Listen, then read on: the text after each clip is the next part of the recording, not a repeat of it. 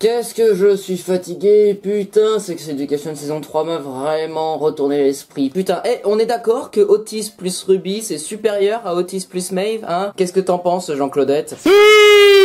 Bonjour à tous et à toutes fans de cinéma, c'est Esprit Z, j'espère que vous allez bien, bienvenue dans une toute nouvelle vidéo réaction. Et aujourd'hui, contrairement à cette intro où on parle de Sex Education saison 3, on va parler aujourd'hui d'un film de Guillaume Canet qui se nomme Lui, qui est un film que Guillaume Canet a tourné pendant le confinement, aux côtés de Virginie Efira, Mathieu Kassovitz, Laetitia Casta, Nathalie Baye et Patrick Chenet. Et ce film sortira le 27 octobre 2021 dans les salles de cinéma. Synopsis.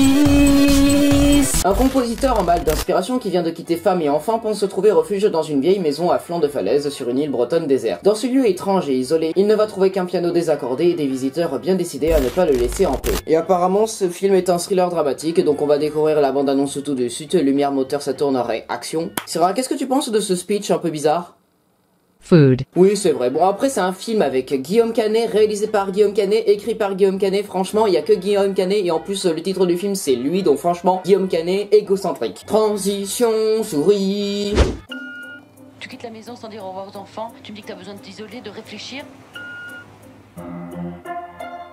Il est complètement désaccordé. Je suis pas au courant.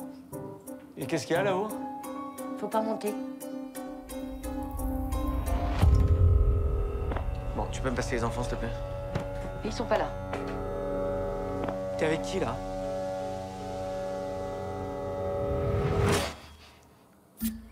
Ah, c'est un peu sombre quand même.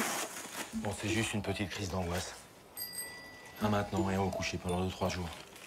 Mais pas plus, hein, et surtout pas de mélange avec ça. C'est super beau.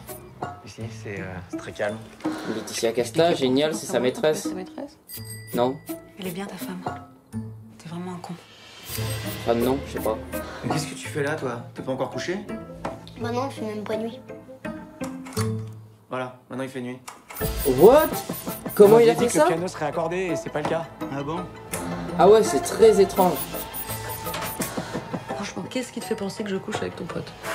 Pourquoi tu fais ça? Parce que c'est concret. Ça fait tellement de la peine, votre histoire. Je suis venu ici pour m'isoler. Excuse-moi, mon amour, mais l'artiste en panne d'inspiration qui part s'isoler, c'est un cliché. Ouais, c'est un peu film de Bergman.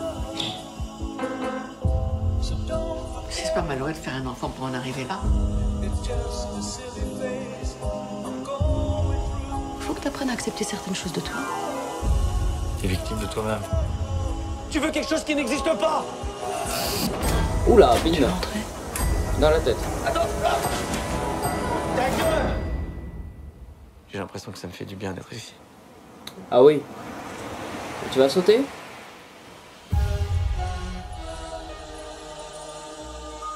Bah franchement, je trouve ça vraiment très intriguant. Franchement, la bande-annonce, elle me hype un peu. Franchement, le casting est beau, les décors, franchement, que ce soit de nuit ou de jour, ok, c'est très bon. Ça va parler psychologie, il y a une petite ambiance imaginaire, fantastique, un peu horrifique et psychologique qui se dégage de cette bande-annonce, et franchement, c'est mystérieux et ça m'attire grave. Et puis comme je l'ai dit pendant la bande-annonce, ça me fait vraiment penser au film de Ingmar Bergman. Attention, oui, c'est le moment où je suis en train de recracher la cinéphilie que j'ai ingérée pendant mes 2 dernières années de fac de cinéma. En fait, la plupart de sa filmographie, c'est généralement un couple qui va s'isoler sur une île, histoire de retrouver un peu la flamme pour un artiste, ou la flamme d'un couple, enfin bref. Ça parle toujours de quelques personnes isolées sur une île, et ils commencent un peu à avoir la tête un peu ailleurs. Donc non, franchement, ça donne très envie, c'est vraiment très intriguant. Franchement, ok, pourquoi pas. Ça ne va pas être le meilleur film de l'année, mais franchement, ça promet quelque chose de plutôt cool quand même. Bon, par contre, le truc, c'est que vu qu'il sort le 27 octobre 2021, il va avoir un petit peu de concurrence. Parce qu'il sort le même jour que la comédie américaine Jackass Forever,